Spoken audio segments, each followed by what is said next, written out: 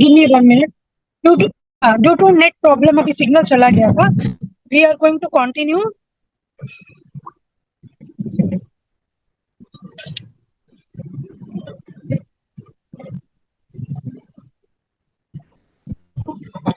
yesterday I shared you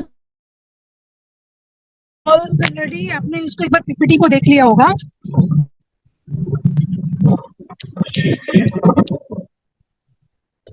तो स्नेहपान का topic हमने क्लियर कर लिया था कि आपको किस तरह से स्नेहपान को देना है। ठीक है, selected the selection criteria of the drugs. अब इसके बारे में हम नेक्स्ट 4th पॉइंट जो है आपको दिख रहा है स्क्रीन पे, ये है that is the selection of मात्रा। मात्रा मतलब डोज। हमने किसी भी पेशेंट को कभी भी जो डोज निर्धारित करते हैं ना, दैट डिपेंड्स अपॉन उसका डाइजेशन पावर के ऊपर। जैसे कुछ पार्टिसिपेंट जो है वो हमारे साथ दिल्ली से ज्वाइन है, डॉक्टर अरशद, और कुछ पार्टिसिपेंट जो है वो बाहर से हैं। जैसे दुर्गा जी, आपका एरिया का जो पेशेंट है उसकी सात्मत्या क्या है, उसकी विल पावर कितनी अच्छी है, इसके ऊपर डोज का निर्धारित किया जाता है। और दूसरा डिपेंड करता है कि पेशेंट की रेगुलर ईटिंग हैबिट क्या है। वो चावल ज्यादा खाता है, गेहूं ज्यादा खाता है, या वो पानी की क्वांटिटी कितना लेता है, उसकी डाइट में प्रोटीन आ रहे हैं। कुछ लोग होते हैं बिल्कुल फाइबर डाइट नहीं लेते हैं। तो we have to assess the condition of the patient, उसके अकॉर्डिंग ही हम मात्रा डिसाइड करेंगे। एक मात्रा आपको बताई थी, रफ मात्रा 30, 60, 90, 100 मात्रा है जो आप पेशेंट्स को, but according to the condition और उसकी सात्मता के अकॉर्डिंग को इंक्रीज या डिक्रीज कर सकते हैं। We can also start with the 10 ml। अब 10 ml जिसको हम हरस असली मात्रा बोलते हैं, उससे भी स्टार्ट कर सकते हैं। कई बार हम देखते हैं पेशेंट चीजों है, मतलब मेडिसिन से भी कुछ एलर्जीज हो जाती हैं, या उसका डाइजेशन इतना वीक रहता है कि थोड़ी सी भी दवाई लेने से उसको मोशंस आ जाते हैं। तो उस कंडीशन में हमें मात्रा को डिसाइड करना होता है। नेक्स्ट इज अ वमन विधि। वमन विधि में हमें प्रोसीजर को समझना है, पूर्व कर्म, प्रधान कर्म और पश्चात कर्म को समझना है, एंड देन फिर ऑब्जर्वेशन ऑफ द पेशेंट देखना है। अब वमन के इंडिकेशंस हमने कल देख लिए थे, इसके काउंटर इंडिकेशंस को हमने समझ लिया था। मटेरियल रिक्वायर्ड तक हमने कर लिया था कि कौन कौन से मटेरियल की रिक्वायरमेंट रहती है। अब हमने आज ये देखना है, दिस इज अ मदन फल। यस्टरडे आई टोल्ड यू जो बेस्ट वामक द्रव्य है वो मदन फल को कंसीडर किया गया है आयुर्वेदिक क्लासिक चरक संहिता के अकॉर्डिंग। बट फिर भी कुछ ऐसी ड्रग्स हैं जिनको हम वमन के लिए और यूज कर सकते हैं। देखिए पिक्चर में भी आपको एक क्लियर हो रहा होगा कि वमन जो हम ये मदन फल है इसको सबसे पहले शोधन करते हैं। मदन फल जो मार्केट में मिलता है ये आपको इस गुठली की तरह मिलता है। जैसे अगर भेड़ा या भेड़े का फल देखा होगा, उसी से ज्यादा मिलता फल रहता है, मिलता जुलता। ये है मदन फल। अब इस मदन फल को ब्रेक किया, तोड़ा जाता है। तोड़ के मदन फल के अंदर की पिपली मिलती है, जो ब्लैक ब्लैक साइड बीच की सीड्स रहते हैं। इन सभी मदन फल की पिपली को हम कलेक्ट कर लेते हैं वेसल में। फिर इसके बाद इसमें देसी घी डाला जाता है। आप थर्ड पिक्चर में देखिए, जैसे हमने 100 ग्राम मदन फल ले लिया तो 100 ग्राम में आप कम से कम 200 ग्राम देसी घी में इसको डिप करके रखेंगे। फिर इसको धूप में सुखाया जाता है। जैसे ही घी इसमें डालते हैं ना, तो ये जैसे आपका दूध में कभी नींबू डल जाए तो क्या होता है, दूध वो फट जाता है। सिमिलर लाइक दैट जब हम इसका शोधन करते हैं तो ये इस तरह से अपीयर होता है। हमने डिप किया इसको दूध में तो ये पूरा ही कर्डी कर्डी इसकी फॉर्म आ जाती है। इसके बाद इसको एक पोटली में बांध के स्क्वीज कर दिया जाता है, और जो मदन फल का ऊपर का पार्ट होता है इसको ड्राई कर दिया जाता है। आफ्टर दैट इसमें हनी डाल के इसको प्रोसेस करके आप कंटेनर में रख सकते हो। अदरवाइज मदन फल पिपली प्रिपेयर्ड में मिल जाती है, तो आप प्रिपेयर्ड पिपली भी ले सकते हो, बॉक्सेस में आती है मदन फल पिपली, आप उसको भी यूज कर सकते हो। और if you want to do, अगर आप खुद से करना चाहते हो तो उसका प्रॉपर पहले में शोधन करना है। शोधन करने के बाद ही पेशेंट को खाने को देना होता है। तो जिस दिन हमने वमन करवाना है उस दिन हमें किन किन चीजों की आवश्यकता पड़ती है। द डे ऑफ द वमन, first of all the day of the वमन, सबसे पहले हमें शुगर केन जूस मंगवाना है, या आप दूध और शुगर केन जूस दोनों को ही यूज कर सकते हैं। और 120 आपको एक यवागु बनाना है मिक्स विद द घृता। यवागु में आप मूंग यूज का यवागु बना सकते हैं, उसमें थोड़ा सा घी डाल के रखना है। जब योग प्रिपेयर करोगे, सुटेबल योग जो प्रिपेयर करेंगे, इसमें सबसे पहले मदन फल आता है, मैं खुद खोल दूंगा तो मिनट में थोड़ा सा जो ये वागु बनाएंगे उसमें सबसे पहले मदन फल की क्वांटिटी बताई थी जो आचार्य ने मेंशन करी है, मुष्टि परमाणु। मुष्टि मतलब आप उंगली के मुट्ठी के अंदर पेशेंट ने जितना भी लिया, बट वो पॉसिबल नहीं होता। समटाइम ये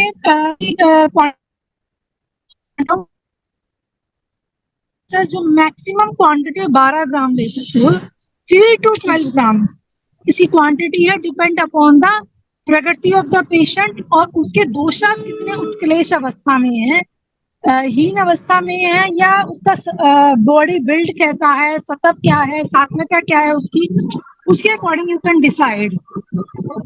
अब इसमें एक बच आप मिक्स करोगे, बच की क्वांटिटी भी 5 to 8 ग्राम्स लेंगे। अगर आपने 3 ग्राम मदन फल लिया है तो 5 ग्राम तक आप बोलोगे।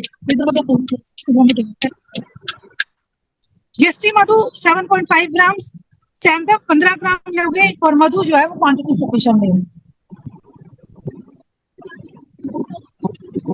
सबसे पहले जिस दिन आपने वमन करवाना है, ask the patient to come in a कफकाल अर्ली मॉर्निंग का टाइम रहता है, सो विद इन 9 o'clock हमें वमन को कंडक्ट कर देना चाहिए। अर्ली मॉर्निंग पेशेंट बात लेके आएगा और उसको जो हम चेयर देंगे, जो मैंने आपको पिक्चर में दिखाया था कि different type of ports we can use for the वमन। The best port is that जिसमें चेयर लगी हुई है और आगे वॉश बेसिन है, उसमें वो कंफर्टेबली पेशेंट जो है वो बैठ सकता है। उसको चेयर पे आपने बैठाना है और जो ड्रग्स देना है, सबसे पहले आपने ड्रग्स देने के लिए वमन की औषधि को अपने हाथ में लेना है। और वैद्य को, इसमें वैद्य का बहुत बड़ा रोल रहता है। जब भी वो किसी भी पेशेंट का वमन करवाता है तो धन्वंतरी भगवान का स्मरण करते हुए मंत्रों का उच्चारण करना चाहिए। जो बहुत सारी बुक्स में अलग अलग तरह के मंत्रास दिए हैं, नहीं तो आपको मिनिमम ऑफ धन्वंतरी मंत्रास तो आना चाहिए। ओम नमामि धन्वंतरी आदि देवम, ये मंत्र का कंप्लीट आप उच्चारण करिए, भगवान को स्मरण करिए, एंड आफ्टर दैट आप वमन के लिए प्लान करेंगे। बिकॉज ये these are the very very small things जो हमें रेगुलर आयुर्वेदिक आचार्य को प्रैक्टिस में लेनी चाहिए। आयुर्वेदा जो पार्ट है थर्ववेद का, ये directly related to the god है, तो इसलिए जो भी आप प्रोसीजर करना स्टार्ट करते हैं, you have to ask to the god कि मेरा ये प्रोसीजर जो है ये फुलफिल हो जाए and patient can get recover. वमन औषधि इसको प्रेयर करेंगे और फिर हम पेशेंट को धीरे धीरे से मेडिसिन पिलाना शुरू करेंगे। यहाँ पे अष्टांग मेंशन किया गया है, कोष्ठ भिषज भेषज क्वांटिटी, कोष्ठ भिषज भेषज मात्रा। इट मीन जहां तक पेशेंट का कॉस्ट पूरा फुल ना हो जाए वहां तक हमें फांट को खिलाना है। फाइल में भरो। हाँ जी, क्लियर नहीं है बिल्कुल भी, आवाज क्लियर नहीं हो रही है।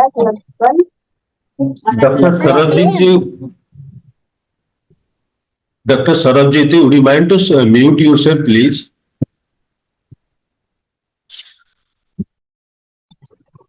हेलो,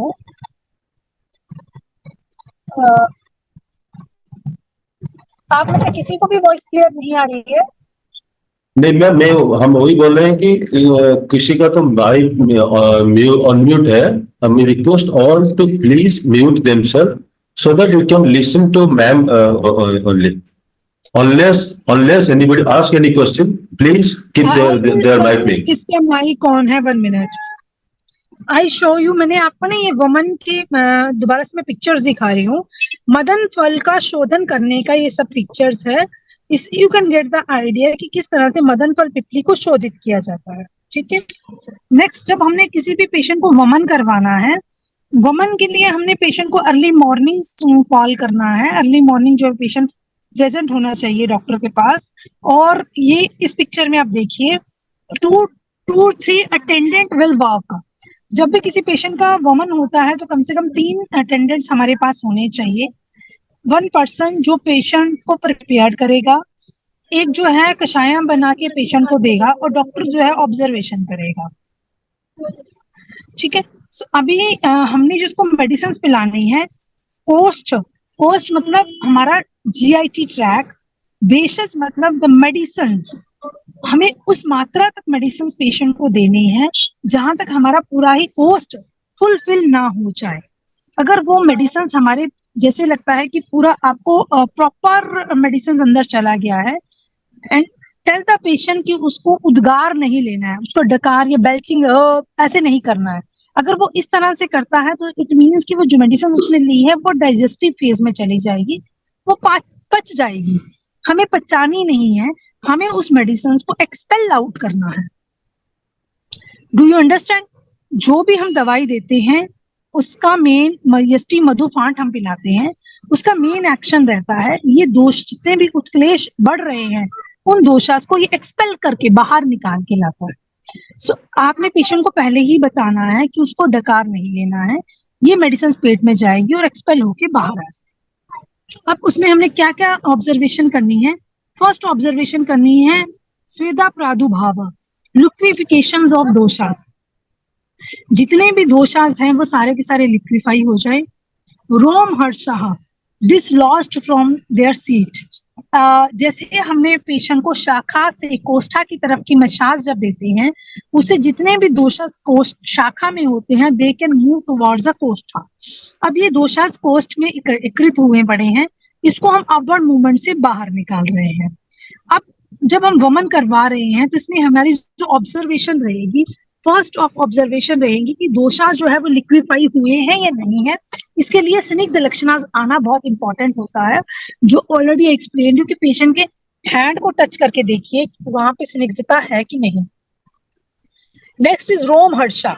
रोम हर्षा इज दैट जो हमारे हेयर फॉलिकल्स होते हैं ये खड़े हो जाते हैं। अदमान इज एब्डोमिनल रीजन तक मेडिसिन जा रही हैं, फिर वो एकदम से बल्ज करके पेशेंट जो है उसको वॉमिट कर देता है। अब जब पेशेंट वॉमिटिंग कर रहा है तो हमें क्या करना है? जेंटली उसकी एक थेरेपिस्ट ने उसके हेड को पकड़ना है और दूसरे थेरेपिस्ट ने पीछे की तरफ से धीरे धीरे से मसाज देके अपवर्ड डायरेक्शन में लेके आना है। जो सपोर्ट करेगा हमारे पेशेंट के हेड को, जो पकड़ के रखेगा, उसका मेन फोकस यही होगा कि पेशेंट एकदम से बेल्चिंग जो भी उसकी वॉमिटस है एकदम से फोर्सफुली बाहर ना। ठीक है, और पीछे से हम जेंटली मसाज करते रहेंगे अपवर्ड डायरेक्शन में। अगर पेशेंट स्पॉन्टेनियसली एकदम से वॉमिट करता है तो इट कैन लीड टू वो उसी अपने वॉमिटस को अंदर भी ले सकता है, जिससे पेशेंट का एस्फिक्सिया हो जाता है। तो मेन वर्क जो रहता है, पेशेंट को हमें बताना है अगर वॉमिट हो रहा है इट्स ओके, अगर नहीं होता है so they can put their on finger, वो अपने दोनों फिंगर्स को टच टू द पैलेट, अपने लोअर पैलेट को टच करेगा और एकदम से उसको वॉमिटिंग की अर्ज आ जाएगी। सी इन दिस पिक्चर, इस पिक्चर में देखिए आप, एक अटेंडेंट काढ़ा ग्लास पकड़ा हुआ है हाथ में, उसमें यष्टि मधु कषायम है। पेशेंट को पहले 4 से 5 गिलास यष्टि मधु कषायम का दूध पिलाएंगे, 4-5 गिलास, फिर उसके बाद यष्टि मधु कषायम पिलाएंगे। दूध पिलाने के बाद उसको वमनोपयोगी द्रव्य देंगे। अब हमने इसकी शुद्धि को देखना है, शुद्धि की असेसमेंट कैसे रहती है। वेंगकी में 4-6-8, आंत की शुद्धि में पितांत, मान की शुद्धि में 1-2 आधा प्रस्त्र, लिंग की शुद्धि में मध्य दे रहा है, उसको मीडियम शुद्धि हो रही है, बहुत कम हो रही है, ये प्रवर शुद्धि हो रही है। देखिए जो आचार्य ने इसके लक्षणास को बताया है कि वमन के जो कंप्लीट वमन के लक्षणास क्या होते हैं। आचार्य चरक संहिता की बुक में लिखा गया है, हृदय पार्श्व इंद्रिय मार्ग शुद्धि, इसमें हमारे हृदय की, पार्श्व की, इंद्रियां की सबकी शुद्धि होगी और पेशेंट को लाइटनेस इन द बॉडी लगेगा, लघुत्वम, ये लक्षणास अपीयर्स होते हैं। स्रोतस विशुद्धि, इंद्रिय प्रसादनो, स्रोतस की विशुद्धि हो जाएगी और जितनी भी हमारी बॉडी की इंद्रियां होती हैं ये एक्टिवेट हो जाएगी, बॉडी में लघुता आएगी और अग्नि का दीपन होगा, अग्नि प्रज्वलित होगी। तो इट मीन्स कि पेशेंट का वमन जो है वो सही हुआ है। अगर इसमें से कोई भी सिम्टम्स हमारा ऑपोजिट जा रहा है, पेशेंट को लघुता की जगह हैवीनेस अगर लग रहा है, उसकी वॉमिटस क्लियर नहीं हो रहा है, तो वो सब लक्षण जो है वो ऑपोजिट लक्षणास में आ जाते हैं। अब वमन में हम अतियोग लक्षणास देखेंगे। अतियोग लक्षणा में क्या होता है? वमितम क्षमतः दाहा, कंठ शोषस्त्वम, भ्रमा, घोरा वायव माया, मृत्यु, जीव, शोणित, निमग्नार्थः। अति योग होने पे फेन निकलेगा। फेन मतलब कि एक सेक्रीशंस आएंगी और पेशेंट को मूर्छा भी हो सकती है, गिडीनेस भी हो सकती है, बहुत ज्यादा प्यास भी लग सकती है। और अतियोग होने पे पेशेंट के ना नींद जो है वो बिल्कुल डिस्टर्ब हो जाती है। पेशेंट आपको कंप्लेंट करेगा कि मुझे नींद नहीं आ रही है। उसके पूरे कंठ में जो ईएनटी का जो पूरा रिलेशन रहता है, उसके गले के ऊपर कंठ में उसको बर्निंग सेंसेशन होगी और इचिंग जैसा फील होगा, डिस्कम्फर्ट उसको लगेगा। और इस कंडीशन पे पेशेंट को भूख जो है वो खत्म हो जाती है, अग्नि उसकी कम हो जाती है। सो जीवा शोधित, so these are the symptoms can be appeared. Next आता है पश्चात कर्म। अगर पेशेंट को लघुता लग रही है, उसको वॉमिट सही हुआ है, 8-10 वॉमिट्स हो गए हैं, तो उस कंडीशन में हम पेशेंट को आगे से पश्चात उसका वॉमिट सही है। वमन सही होने के बाद आपको 2 घंटे तक ही उसको रेस्ट करवाना है। Then tell the patient to move. उसके बाद पेशेंट अपने घर जा सकता है। अब पश्चात कर्म में क्या देखेंगे? आफ्टर सम्यक योग, clean the limbs and the face. जैसे ही आप पेशेंट को ये कंप्लीट हो जाता है उसका, तो उसको बोलना है कि वो अपने फेस को क्लीन करेगा, 1 मुहूर्त तक रेस्ट करेगा, सुटेबल कोई भी तरह का धूमपान करेगा, तांबुल का सेवन करेगा, निवत्य गृह। हमें जब भी आप वमन कराते हैं उसके बाद पेशेंट को धूमपान करवाना बहुत आवश्यक है। वमन कराने के बाद आप पेशेंट को 1 से 2 घंटे तक अंडर ऑब्जर्वेशन में रखेंगे, उसका बीपी चेक करेंगे, पल्स चेक करोगे। पेशेंट अगर स्टेबल है तो उसको थोड़ा सा कपालभाति करवाएंगे, ताकि जितने भाई हमने लिक्विड दिया है उसको, समटाइम क्या होता है वो माउथ के रास्ते से तो जितना वॉमिटस होना हो जाता है और कुछ एब्डोमेन में ही रह जाता है। तो रेगुलर रिपीटेड जब पेशेंट कपालभाति करता है, सो लूज मोशन के थ्रू वो वॉमिटस जो है वो शरीर से बाहर निकल जाता है। So, अगर पेशेंट का अच्छा शुद्धि हुआ है, तो हमें उसके लिए संसर्जन क्रम को प्लान करना होता है। संसर्जन क्रम जो होता है दैट इज फॉर द, आप 3 डेज 5 डेज या 7 डेज तक प्लान कर सकते हैं। स्क्रीन पे आपको एक श्लोक दिख रहा है, इसमें मेंशन किया है संसर्जन क्रम में पेया विलेपी अकृतयूष कृतयूष रसा त्रिनुभयश्च। इट मीन्स कि जब भी आप किसी भी पेशेंट को संसर्जन कर्म कराते हैं, तो आपको जो पेयादि कर्म है इसको 2 टाइप्स में आप डिसाइड करोगे। या तो उसको 2-2 अनकाल में दोगे। अनकाल मतलब अगर आपने इसको रात को दिया तो सेम चीज आपने सुबह भी दे दी, और 3 अनकाल में आप दोगे तो रात में, सुबह में और दोपहर में एक ही तरह का आप उसको सेमी सॉलिड फॉर्म की मेडिसिन जो है, सेमी सॉलिड फॉर्म का आहार दोगे। Is my voice is audible to you, all of you? Yes, ma'am. It is clearly audible. Okay. So you are understanding now? किसी भी लर्नर्स की कोई क्वेरी है तो मैं आपको लास्ट में 5 मिनट्स दूंगी।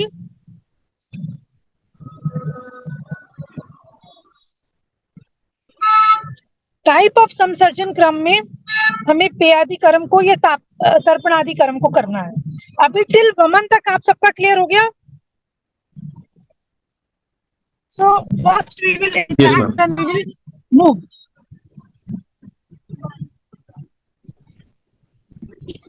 यस, आप सबका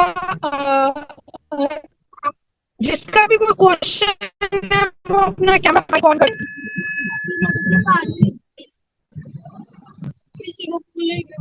Now I am going to stop the screen now. दर्पणादि कर्म को डिस्कस इन नेक्स्ट क्लास। अभी वी विल डिस्कस जो भी आपकी क्वेरीज हैं।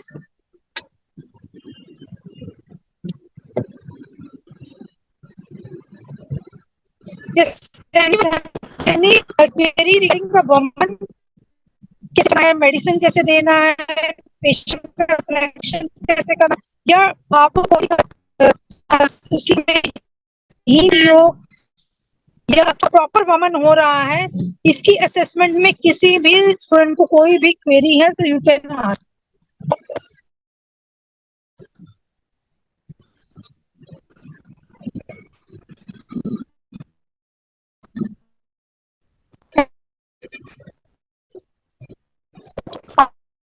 चीजें प्रैक्टिकली देखना है।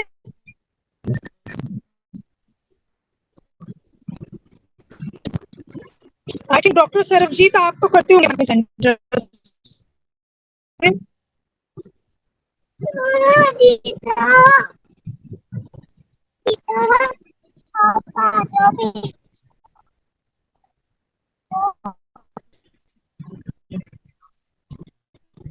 Yes, anybody is having any query?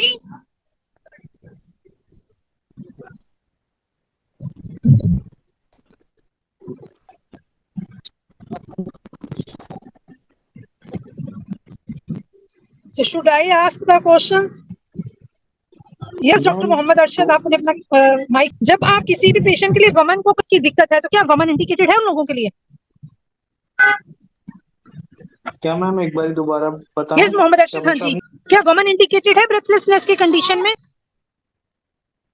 नहीं मैम। तो उनको क्या लाइन ऑफ ट्रीटमेंट प्लान करोगे आप?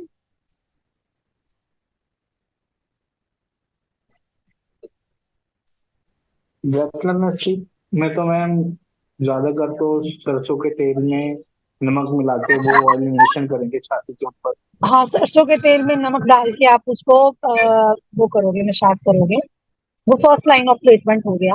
और अगर पेशेंट को मतलब क्रॉनिक है तो क्या वमन दे सकते हैं उसको कि नहीं?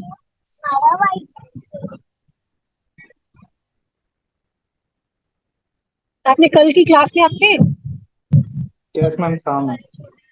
हाँ जी, तो कल मैंने ये एक्सप्लेन किया था ना, एक्यूट कंडीशन में नहीं करना है, बट पेशेंट को क्रॉनिक डिजीज है तो ऊर्ध्वजत्रुगत रोगास में वमन इज इंडिकेटेड, और जहाँ पे लंग्स की इन्वॉल्वमेंट आ रही है वहां तो हमें वमन देना ही है। ठीक है मैम, मैं ये क्वेश्चन था, अस्थमा में दे सकते हैं? हाँ दे सकते हैं। अस्थमा को क्या समझते हो आप? श्वास इज ऑफ 5 टाइप, महाश्वास, छिन्न श्वास, है ही है वो। तमक श्वास। हाँ जी, श्वास रोग के अंडर ही आता है ना, तो श्वास जी। में इंडिकेटेड है। अगर पेशेंट को तमक श्वास है, तमक श्वास के सिम्टम्स क्या होते हैं? जैसे पेशेंट बैठता है तो उसको रिलीफ होता है, लाइंग डाउन पोजीशन में उसको ब्रीथिंग डिफिकल्टी हो जाती है। सो उसका अगर चिकित्सा सूत्र आप देखेंगे तो तमक के तो विरेचनम मेंशन किया हुआ है। तमक श्वास की कंडीशन में विरेचन देना चाहिए। और अगर श्वास है, उसको महाश्वास है, छिन्न श्वास है, तो उसमें वमन इंडिकेटेड, उसमें वमन करवा सकते हैं। बट जब भी आप वमन कंडक्ट करते हैं, प्रेजेंट कंप्लेंट को हमें देखना है कि पेशेंट की कंडीशन एक्यूट है, क्रॉनिक है, उसको सिम्टम्स क्या अपीयर हो रहे हैं, स्टेबल है। फर्स्ट ऑफ ऑल उसे स्टेबल करना है, फिर हमें उसको वमन कंडक्ट करना है। अदरवाइज हम सद्यो वमन भी करवा सकते हैं उसको। जैसे एक्यूट कोई कंडीशन हुई तो हाँ जी बताइए। अगर क्लासिकल वमन करना है तो इट विल टेक 21 डेज। आपको दोषास को पहले स्टेबल करना पड़ेगा, फिर उत्क्लेश करना बढ़ाना पड़ेगा। हाँ जी पूछिए, किसका क्वेश्चन है? हाँ जी दया जी बोलिए। मैम अगर किसी चेस्ट में बार बार इन्फेक्शन होता है तो इसमें भी वमन कर सकते हैं? हाँ, चेस्ट में बार बार इन्फेक्शन होता देख सकते हैं वमन। इन्फेक्शन किस तरह का है ये आपको देखना है। अगर कोई ट्यूबरकुलोटिक पेशेंट है तब आपको वमन नहीं देना है, उसको सद्यो वमन आप अगर आराम मैं कर सकते हैं, क्लासिकल वमन नहीं दोगे, क्योंकि उसमें दोषांश को हमें बढ़ाना है। कि ट्यूबरकुलोसिस में क्या होता है कि मल का संचय करना होता है, तो दोषांश को एक्सपेल करके बाहर नहीं फेंकना होता ट्यूबरकुलोसिस। और अगर किसी और तरह का इन्फेक्शन है तब आप वमन प्लान कर सकते हो।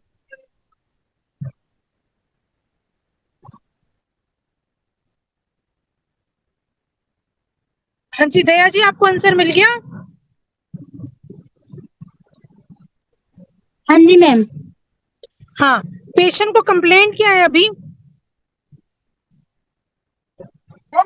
जैसे बार बार चेस्ट में इन्फेक्शन हो जाता है, घरघराहट की आवाज आती है, तो उस कंडीशन में दे सकते हैं ना मैम। बार बार कफ जम जाता है जिस चेस्ट में। अगर बार बार कफ जमता है तो कफ को निकालना है। कफ को जब तक नहीं निकालोगे वो रीअकरेंस डिपॉजिट होता ही रहेगा। अगर आपको शमन द्रव्य भी दे रहे हो, जैसे श्वास कुठार रस आता है, काकाइन नाशक आता है, तो इन दवाइयों देने से वो कफ जो है दब जाता है। मैम क्या दवाई दे सकते हैं इसमें? हाँ जी, मैम कौन सी मेडिसिन दे सकते हैं? देखो मेडिसिन में अगर आपको दो तरह के ट्रीटमेंट होते हैं ना। अगर आपने शमन ट्रीटमेंट प्लान करना है तो उसके लिए तो आप श्वास कुठार रस दोगे और काकाइन नाशक दोगे। श्वास कुठार रस से क्या होता है कि जो ब्रीथिंग डिफिकल्टी होती है वो सबसाइड हो जाती है। और किसी पेशेंट को रिकरेंट बार बार ये दिक्कत हो रही है फिर उसका शोधन ही करना चाहिए।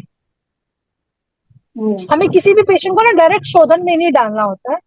कोई भी पेशेंट अगर एक्यूट कंडीशन में आता है, पहले आप उसके सिम्टम्स देखिए, उसको शमन द्रव्य दीजिए, दीपन पाचन करिए। अगर उससे रिजल्ट नहीं आता है फिर हमें शोधन का सहारा लेना होता है। और कोई पेशेंट बहुत क्रॉनिक है, बहुत सालों से उसको दिक्कत है, फिर हमें शोधन ही करवाना है उसमें। हाँ जी पूछिए दया जी। मैम इसकी क्वांटिटी कितनी रहेगी? श्वास कुठार रस बॉडी वेट के अकॉर्डिंग 2-2 गोली सुबह शाम 250 mg की टैबलेट्स आती है ये ना। 2-2 गोली सुबह शाम विद गर्म पानी के साथ दे सकते हैं। और अगर किसी का जैसे ड्राई कफ है या उसको स्पूटम आ रहा है, खांसी हो रही है, ये भी डिपेंड करता है। अगर कुछ ऐसा है तो फिर हम ताली सादी चूर्ण भी ऐड कर सकते हैं उसमें।